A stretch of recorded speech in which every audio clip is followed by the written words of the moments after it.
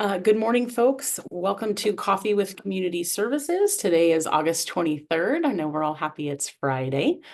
My name is Jordan Eller. I am one of the community services managers here at Alta Regional Center. And John Decker, he is at a conference today, so he will return to coffee next week. And I will go ahead and get started. We do have a full agenda for you guys today. I'll start with some introduction of our staff as we usually do. We will have Michael share our sign of the week and Deaf Culture 101. We have a vendor spotlight from Granite Bay Jiu-Jitsu for social rec, so we'll be hearing about that. We also have a social rec presentation that Johnny Zhang and maybe a couple other ADs are going to be giving for us today. We also have some exciting updates for our DSP stipend, our HCBS compliance numbers. We'll also be sharing our community resource development plan priorities that we have developed. So we'll get into that. And we also have a couple event reminders and a new CCL pen that came out regarding background checks for adult facilities and senior facilities. So we'll share that as well. So in regards to looking at who we have here today from the regional center, it looks like we have Miss Helen Neary, who's also a community services manager. Good morning. And Scott Barr is also a community services manager. Good morning, Scott. We have Beverly. Beverly's going to be sharing an update about a vendor fair that we have coming up. And Miss Alejandra Cruz is going to share some information about our DSP stipend workshop. Good morning to Ethan, also in community services, and Carly, our employment specialist. Good morning, Carly. We have Miss Alicia Gauchi, one of our HCBS specialists. Good morning. And I see Miss Tracy Brown, one of our associates directors. Good morning. And Miss Faye Tate, also an associate director. Good morning. And Jessica, also from community services. Good morning, Jessica. And good morning to Jason Scantleberry. He's our lead community services specialist. And Rhonda Phillips, our housing specialist. Good morning, Rhonda. I also see Miss Janice Rhodes. She's on my team. She's our specialized court liaison. Good morning, Janice. And good morning to Damien, working on transportation and community services. Good morning, Damien. And Johnny Zhang, like I mentioned, he'll be giving a presentation for us today. Good morning, Johnny. We have Miss Kenesha Hurd, also associate director. And Max, an adult client services manager. Good morning, Max. And I see Chris from our quality assurance team. Good morning, Chris. And Hubert Enriquez, our emergency response coordinator. Good morning, Hubert. We got Marty Easton on, also on our quality assurance HCBS team. Miss Christy Iwasa is also on my team. She's our intensive transition specialist. So we've got lots of folks on. I also see Alasia. Good morning. So we will go ahead and get started as usual with Michael providing us the sign of the week. Michael, I have made you a co-host, and I'm also going to put it in speaker mode. And I'm going to pin you, Michael, and then I know you can adjust your settings as needed for that. So I can make you a spotlight here.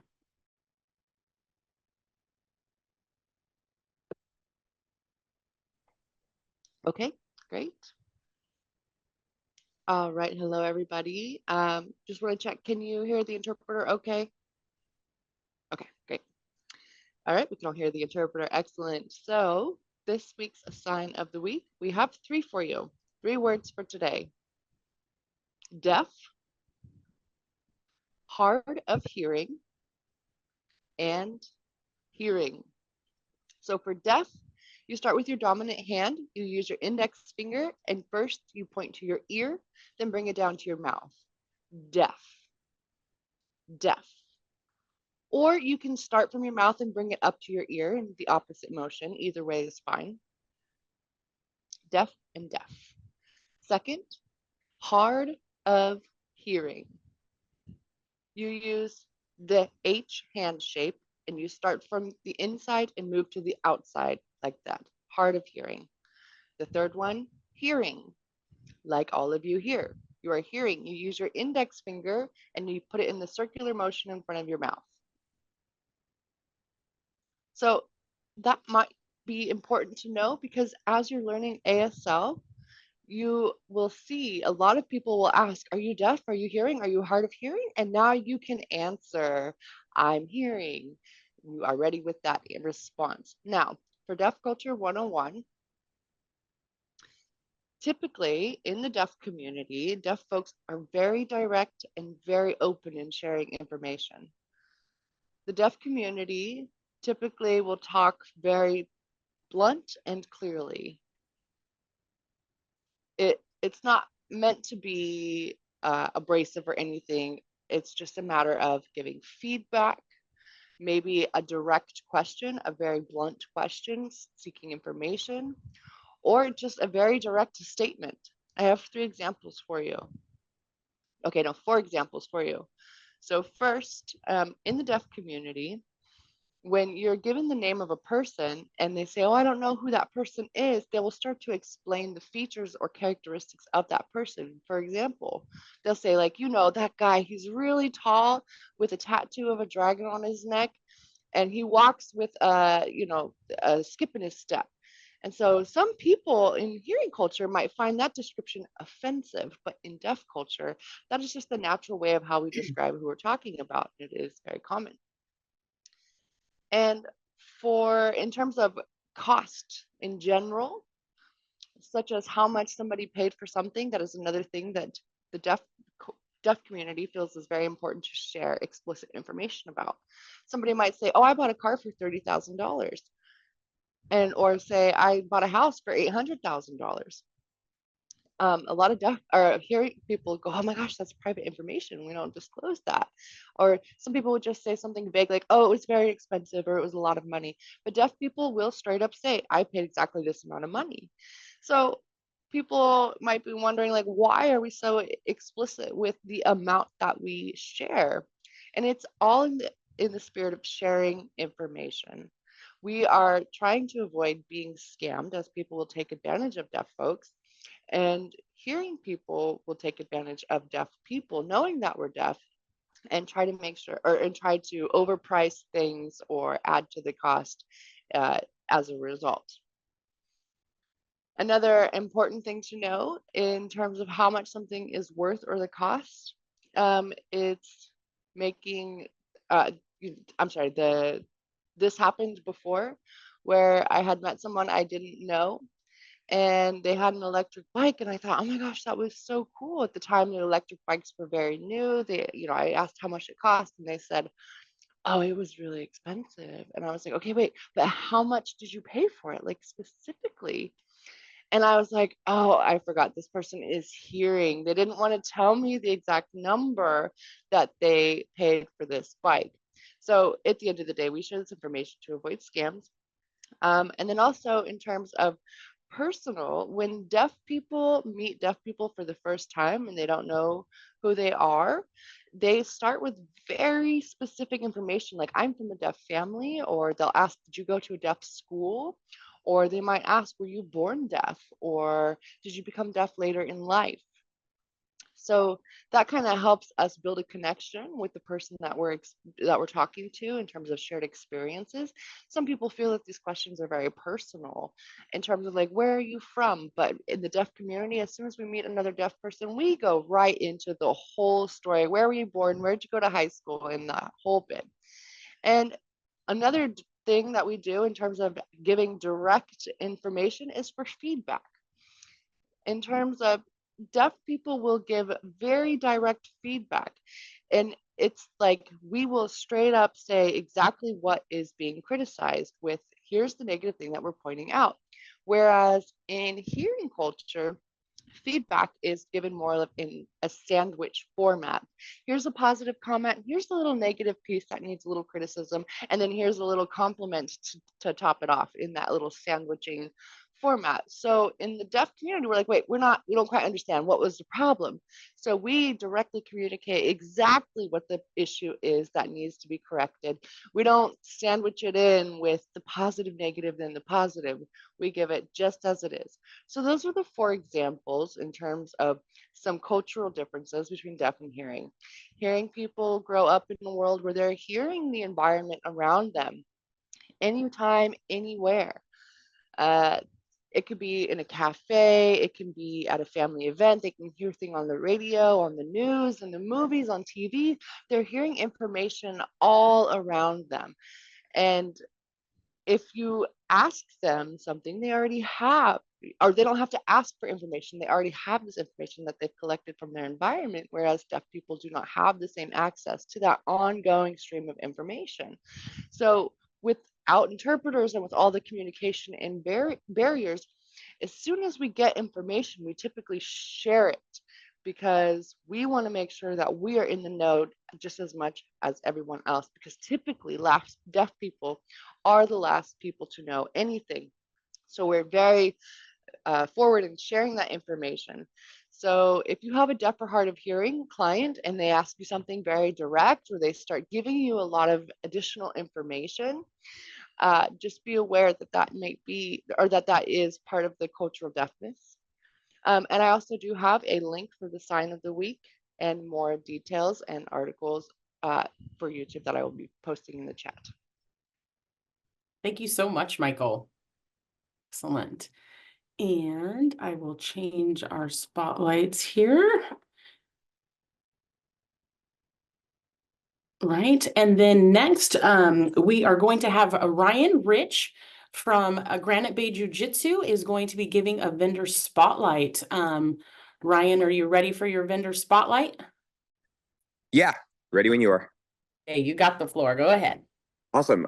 Nice to be on the call. My name's Ryan. I own Granite Bay Jiu-Jitsu in Granite Bay, California. We're about a stone's throw away from Granite Bay High School. We're recently vendored with you folks.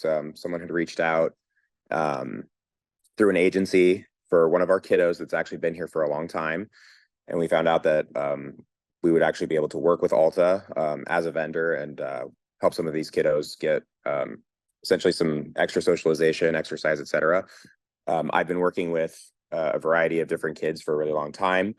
I originally found out about Alta through a colleague who owns a speech and language pathology clinic that actually started her business through Alta and was able to get her jump start through your organization. So yeah, as soon as we found out that you folks work with vendors like us, we jumped at the opportunity, got through all the paperwork, and got on board and had our first kiddo. Our first session with our first kiddo was actually on my birthday last week. So Excellent. yeah, very exciting. Okay, perfect. Well, thank you so much. And Ryan, if people have any questions for Ryan, we'll open that up as well, but we'll have you put your information in the chat if you don't mind, Ryan. So that way, if service coordinators or other vendors want to chat with you, that they can reach out. Yeah, absolutely. Feel free to reach out. We have plenty of we have 3 coaches that have their schedules open right now to work with kiddos from Alta. Okay, excellent. Awesome. Well, thank you so much. Appreciate your time today. We are going to be doing a social recreation presentation next, so you're welcome to stick around to hear more about that if you'd like. Awesome. Thanks again. All right. Thank you so much, Ryan.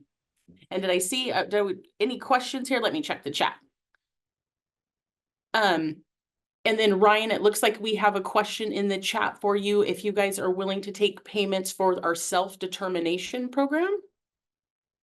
I'm not familiar, but I'll go ahead and post in the chat and see if we can connect and I can answer any questions. Okay, that's perfect. And your community services specialist too can also go over that with you as well if you have more questions. So awesome. Okay, thank you so much. Thank you. All right, so next we're going to have Johnny Zhang, if you're ready for our social rec presentation. So good morning. In fact, we have a couple associate directors Oh, who are perfect. teaming up to present regarding social recreational activities and non-medical therapies. And so let me see. I have Jordan, are you going to share the PowerPoint or? I thought I don't have that ready. I didn't know if you guys Okay. can share it, if that's okay. I made you co-hosts Okay. so you can share. I apologize, I didn't have that up. No apologies needed. I'm just trying to, I have it up. I have it up with my notes. So I'm trying to figure out how I'm going to, okay. Let me. And I do think Michelle sent it to a group of us yesterday, right? So- Yes, but I have it up here on my other screen. I'm just, okay.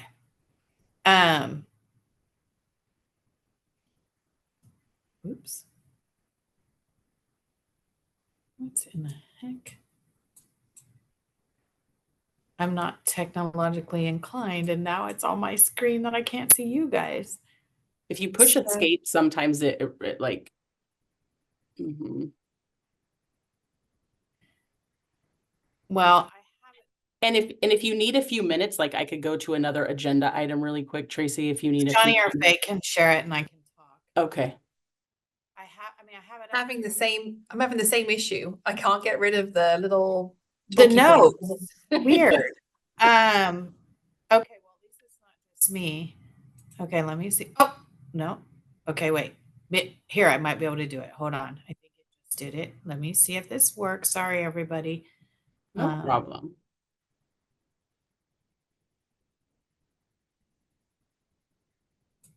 Holy moly. Jordan, if you have the one that Michelle sent, I couldn't get into my Outlook. I usually close my Outlook during this presentation. Oh, so yeah. Stuff doesn't Oh. pop up, but Tracy may have it. Are we rocking and rolling? Yay! Okay, we're rocking and rolling. That's so exciting. Sorry about that, everybody. Okay, so yeah, my name is Tracy Brown. I'm one of the associate directors of client services here at Alta. And I'm going to try to, okay, so you guys are still seeing the main screen.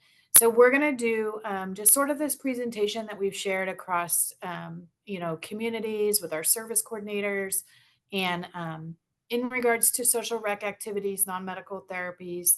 It's just kind of a short PowerPoint presentation, and we'll kind of save time to answer questions at the end. So as you all might know, social rec services were restored in 2021. And so we're continuing to increase the number of social rec vendors that we have through the regional center. And also we have FMS agencies who offer participant directed services. So providers who are offering social rec services can also have an efficient way of reimbursement if they are not vendors with the regional center. And so Faye will talk a little bit about our FMS agencies towards the end.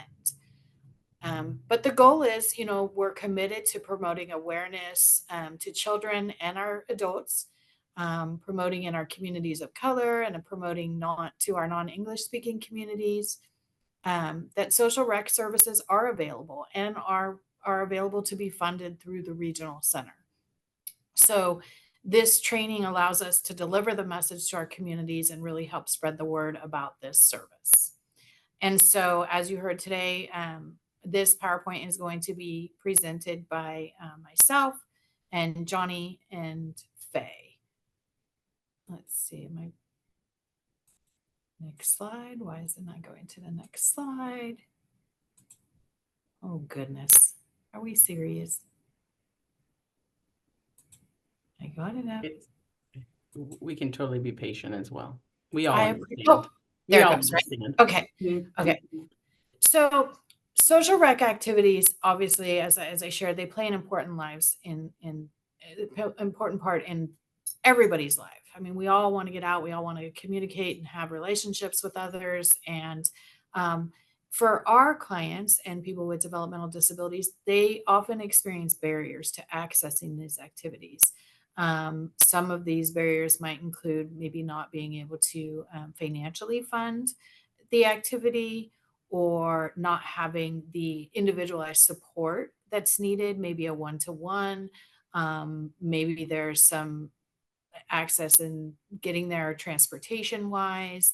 And so our role is to really help facilitate, identify what those barriers are, and then facilitate the supports needed.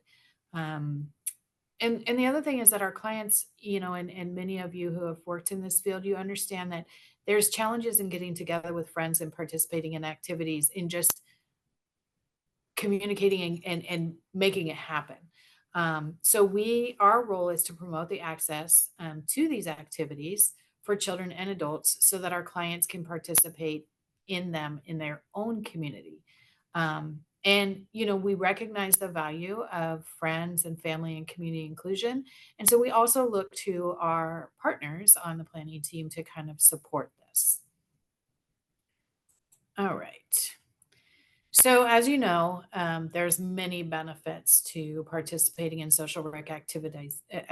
So our clients have the opportunity to socialize and meet new people. When they're doing sort of a like-minded activity, something that is a preferred activity, whether it be sports related, game related, water related, outdoor related, but just being with people who have a similar interest. Being with friends and building relationships, engaging with others in the community, it all has positive benefits for our mental and physical health. And we all know how important that is after coming out of a pandemic. And so the regional center can pay for our clients to access these social rec activities in the community. And we can pay for the support also that might be needed and assessed at the planning team if they identify that there is a barrier to access. And so we can look at what are the supports in place that we can put in place to make sure that our clients are getting to these activities. And also clients living in licensed residential facilities and then also some adult day programs have social rec opportunities that are available as part of receiving those services. As you know, many of our programs and our care homes facilitate social rec activities within their programs. Okay. And so service definitions, we kind of wanted to set the stage a little bit. We'll kind of review the various definitions and the categories under social rec services. We've touched on, social recreation activities, which can include leisure activities that are focused on sharing time with others. And these promote personal enjoyment, they increase self-esteem, and it is so important for that community integration. So those are all kind of the social rec activities. Then the non-medical therapies, those are therapies that have an actual therapeutic benefit or training to an individual. So examples of that can be art therapy, dance therapy, music therapy. There's equine therapy, those type of things. So those are kind of the difference between social rec activities and then non-medical therapies. And then there also is camp services.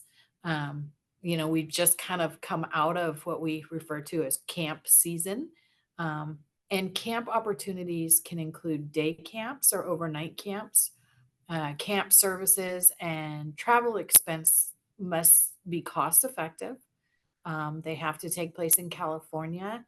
And overnight camps, we also look at the requirement to be what we call ACA certified, which is American Camp Association. They have to be accredited through the American Camp Association. So the planning team may also want to, when we're looking at overnight camps, sometimes even our young adults have not spent a lot of time away from home possibly. And so some of the questions that we share with our service coordinators and if you have potential clients who might be thinking about camp, some of the things that we've talked about discussing with the client and the family is, have they ever stayed somewhere else overnight before? Have they been away from their family members for a longer period of time? Do they take instructions well from others? And has the caregiver thought of ways to inform the camp of the best ways to work with their loved ones? So, and examples like maybe if a client gets upset, how do they best calm down? How do they best communicate, etc. And a lot of that is, again, based on person-centered plan. And it's really helpful to have that information when we're considering camps, overnight ones. So I think that is my last slide. And Johnny, you are next. And I can pick this up and I'll do the slides. I appreciate it. Thank you. So more service definitions, and I won't read everything verbatim, but just to provide an overview of what each of these are. So social coaching, essentially, the idea of that is to support and assist individuals with developmental disability to participate in the community with the larger community. So essentially, Some planning can take place in the home, but the idea is for the activities to happen in the community, just like with anybody else.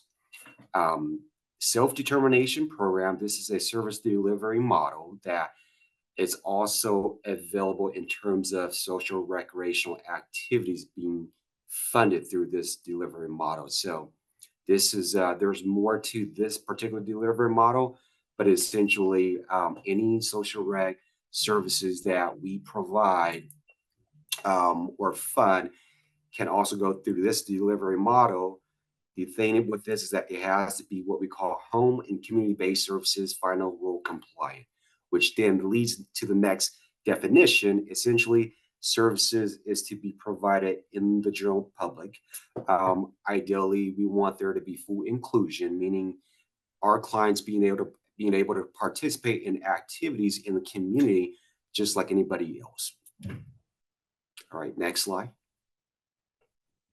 And then full inclusion, I mentioned a little bit about this. This is essentially the service settings.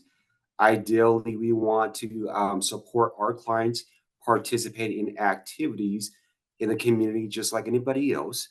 And so what that means is, if somebody's going to be participating, let's say, for example, going to the gym, our clients should be afforded the opportunity to participate in any activities in that capacity.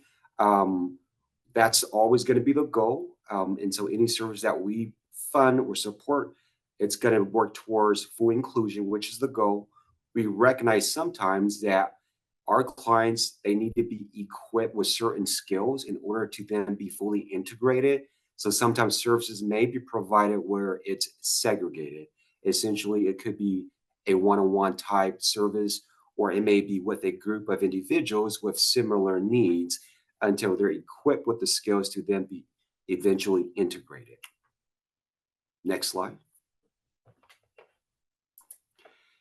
And then some key considerations for services that as a regional center, we are responsible to ensure that the generic resources are exhausted. So what that essentially means is the school district, Medi-Cal, and private insurance. And so if there's any needs as it relates to it being that it can be met through these generic resources, then we are charged to ensure that that's being exhausted, as well as if need be, we can assist families in accessing it. We, just as a note, we want just to make a note that social rec and non-medical therapies cannot be used to meet daycare or in-home respite need. As well as I've already mentioned, social rec and non-medical therapy can also be funded through the self-determination delivery model. Again, it needs to meet the HCBS final rule. So essentially ensuring that they are being worked towards being integrated into the community. A note here to make is that if there happens to be a need in terms of socialization skills training, that is not considered social rec service. So that actually falls under the ABA umbrella. So what that means is that we'll then be looking towards the either private insurance or Medi-Cal to then fund that service. Next slide. And some of the things that we want to know, ensure as well too, is that clients and families, what they're not required to do. And so I mentioned a little bit earlier about exhausting the generic resources.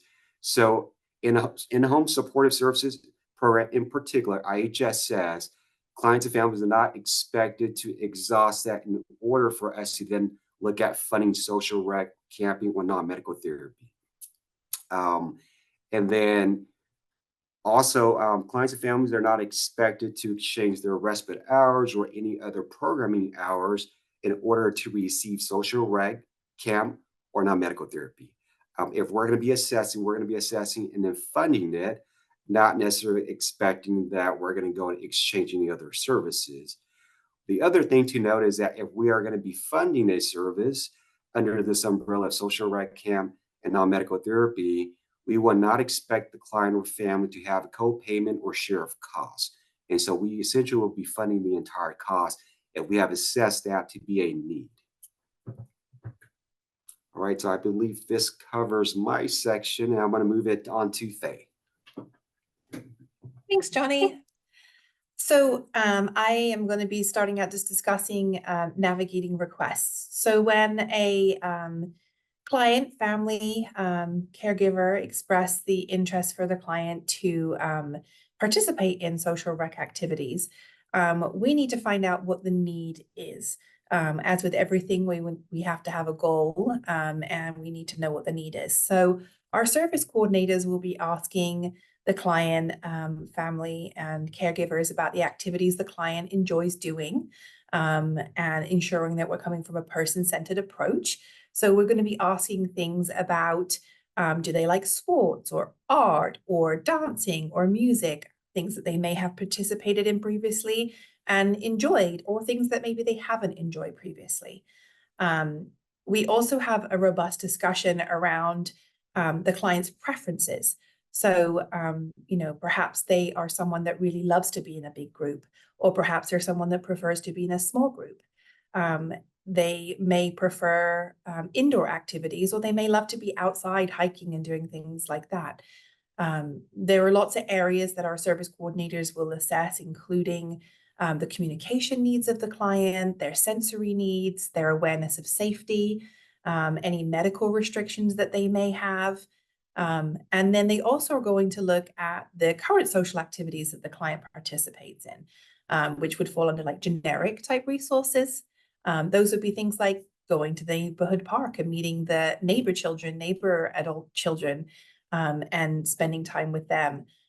Things like, does the school have adaptive PE or intramural sports, dances that the client could participate in, or after school activities, social events, social clubs, and things like that that could be accessed for the client to engage with all of their peers. The SC is then charged with developing an IPP goal that outlines all of that person-centered information to guide in the service that we are going to fund. Next slide. So we have two different ways to pay for social recreation services. The first way is familiar to most of you, which is using a vendored provider. So this is similar to any other service provided by ACRC, where we're the provider onboards with us as a vendor, and then we write a purchase of service and we pay directly through purchase of service. The alternative way is through an FMS provider. So this is where we fund the community provider of the social rec activity through the use of an FMS service.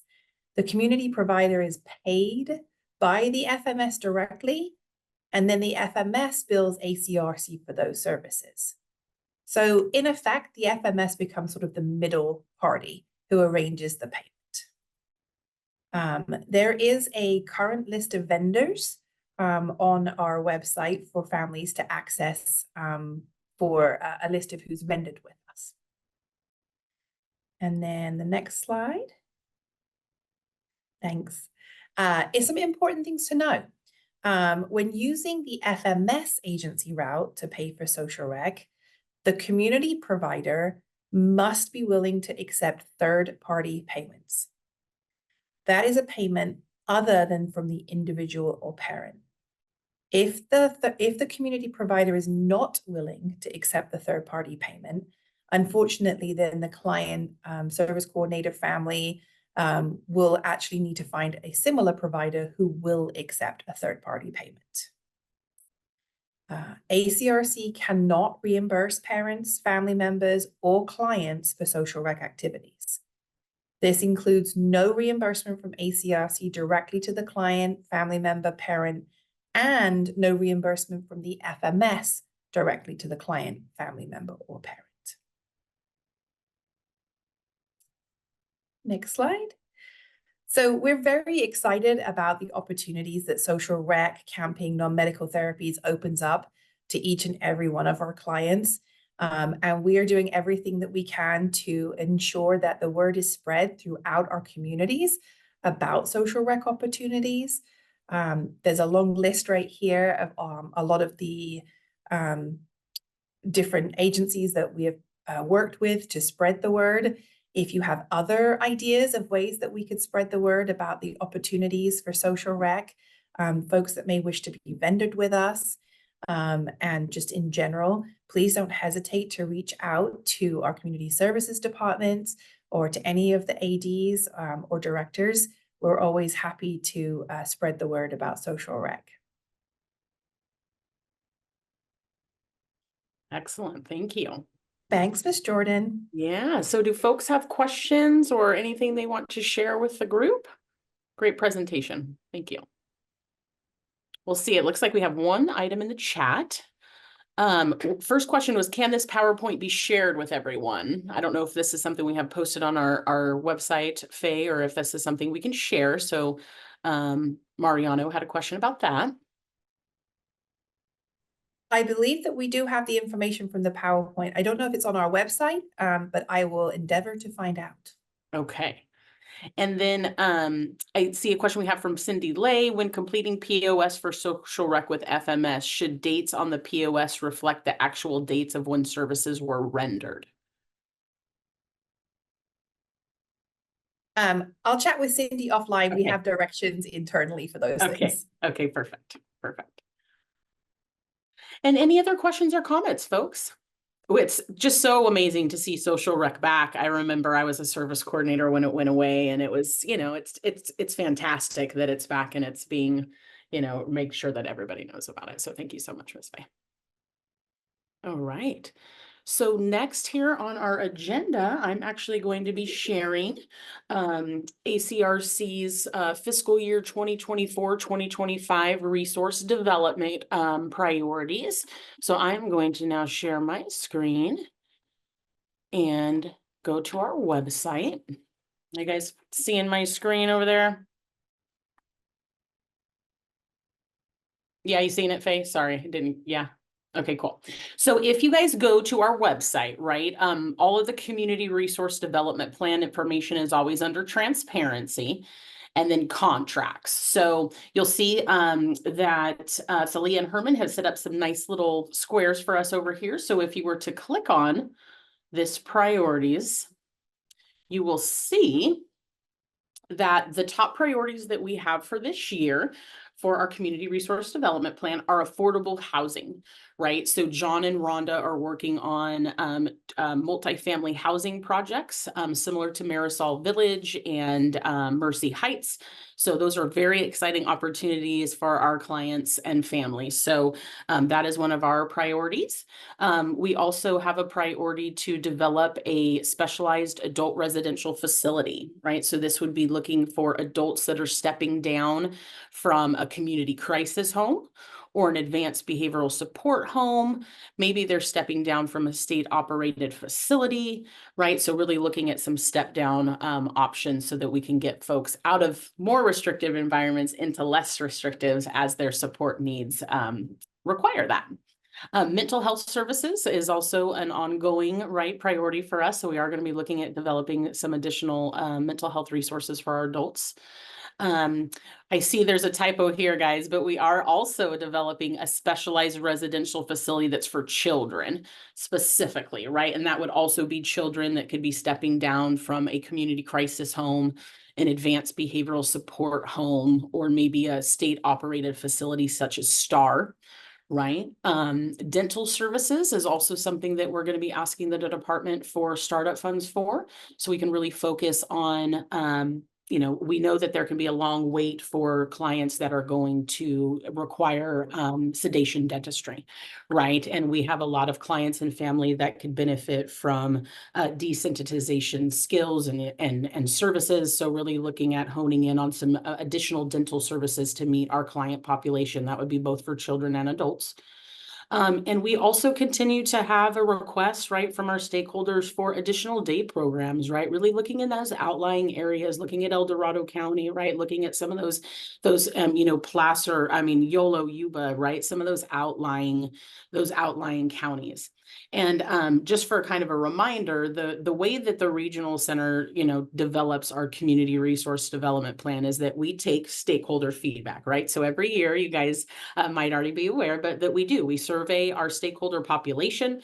clients, families, service coordinators, vendors, right? Other stakeholders, whether that's board members, school district employees, right? We really want to hear from our community. And this year, I've previously shared this, but it is attached to our development. So just kind of recapping that these were the results of our 24-25 fiscal year development survey that all of our stakeholders completed. We had 89 respondents. And you can see here, right, like some of the top 10 priorities, or which are definitely ones that we hit upon within our development priorities that we have established.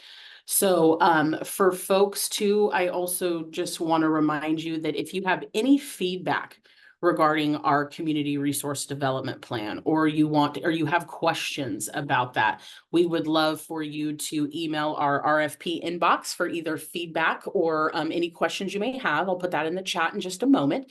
The other thing that's important to note is that we're required, right, to put these development priorities on our transparency website at least 2 weeks before we submit our formal community resource development plan proposal to the Department of Developmental Services. So that is due on the 3rd. So we got this posted at the just the end of last week. So I will put the RFP email in the chat, but does anybody have any specific questions on the information? Looks like we have a couple things in the chat. Let me just, PowerPoints. Thank you, Johnny. But if anybody has any questions regarding our resource developments or kind of next steps for that.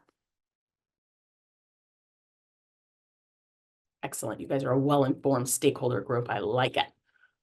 All right. So then next, I'm going to pass it over to Beverly. Beverly has a vendor fair that she would like to share. I know we shared it last week, but we got to keep plugging. Got to keep plugging some of these things to make sure we get some good attendance and vendors signed up. So Beverly, I did make you a co-host should you need to share anything, but feel free to have the floor.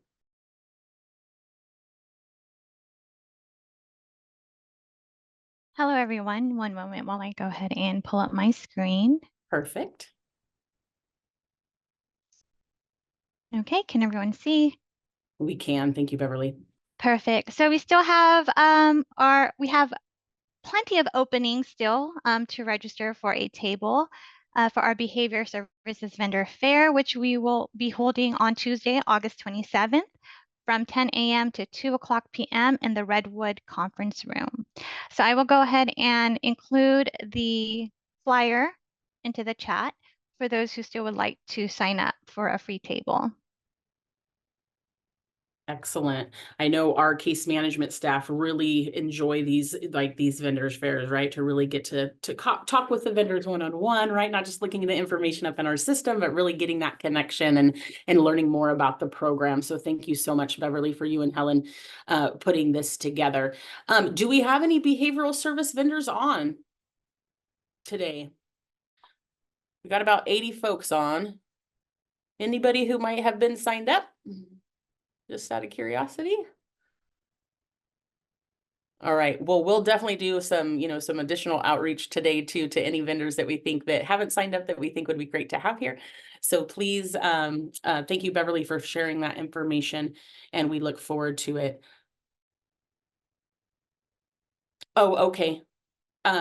Yes. Okay, so hold on. It looks like we have a question from Ryan. Ryan, in regards to the Coffee with Community Services, is that what you're referring to? Or the vendor fair? The vendor fair. Okay, cool. So yes, we will have different vendor fairs for different types of services, right? For example, there's the behavioral services fair.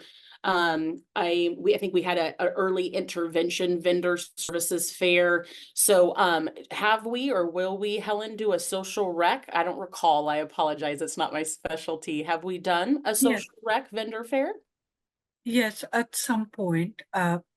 We plan, there's going to be a DME vendor fair, and this social rec fair will be planned with the directors. Okay, great. Thank you, Ryan, for that inquiry. Great. Okay, anything else in the chat? Let me just make sure I haven't missed anything. Thank you. Oh, good. CBAM will be signing up. Thank you, Michelle Ramirez from CBAM. Love to see you guys there. Thank you so much. All right. Any respite fairs coming up that you're aware of, Ms. Helen?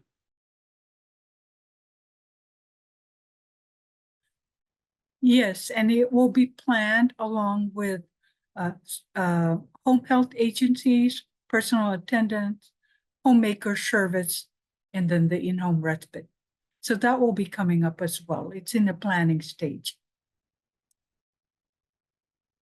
Excellent. And folks can, you know, continue to attend coffee, obviously, for any updates. I also think, Helen, right, anytime we have a vendor fair for signups, I'm assuming we send that out via MailChimp or via email, right, list to the applicable vendors for the type of fair that we're having. Yes, it will be sent, like you said, the applicable vendors. Okay, excellent. Well, thank you so much, Beverly and Helen. That's always exciting to hear about. So, okay, cool. So next, Michelle Duchesne is on vacation today, but I will be sharing some DSP stipend updates in her absence. So let me share my screen so I can show you guys some graphs of all the great work these DSPs are out there doing and learning new things, right, to support our clients, which is great to see. Is this big enough for you guys? Is that a little better? Is that okay? Thumbs up, somebody? Yeah, cool. Okay, I see Faye. Thank you, Faye. This is the most recent update that we've received from August 17th. And so as at this time, we've had we've had 6,462 DSPs that have signed up and that have actually received courses, which is excellent. And then in regards to total courses, right? So you got about 6,500 approximately, right? DSPs that have done that. And then within that, 15,371 courses have been taken by our local DSPs just in our 10 county catchment area, which is outstanding. Inland Regional Center is a couple thousand ahead of us, but they're also much larger than us, right? So I know Michelle's his team has been working really hard on this. We're actually, Alejandra in just a moment is going to be giving an update on some more workshop opportunities. But also just a friendly reminder that the last, right, your last opportunity to actually participate in the DSP stipend is going to be August 31st. So all courses would have to be taken by that time. When I was looking at the data that Michelle Duchesne had shared last week versus the information that we got this week, just within that week's time, there was 84 additional DSPs that took courses, and of those 84 DSPs, there was a total of 160 courses taken. So about 2 per DSP, but it's really great to see, right, that the DSPs and vendors are taking advantage of this before the opportunity does go away at the end of the month. So kudos to all of your hardworking DSPs that have participated. I do know that I will next pass it over to Miss Alejandra, who is going to share one of the last workshop opportunity that we're going to be holding here at Alta. So Alejandra, you have the floor. If you need to share anything, you are a co-host. Okay, thank you. So I'll just go ahead and share my screen. We've shared a couple of times, but it's nice to, as a little reminder. So our last opportunity that we're going to be will be next Thursday, August 29th. So we have 3 different blocks.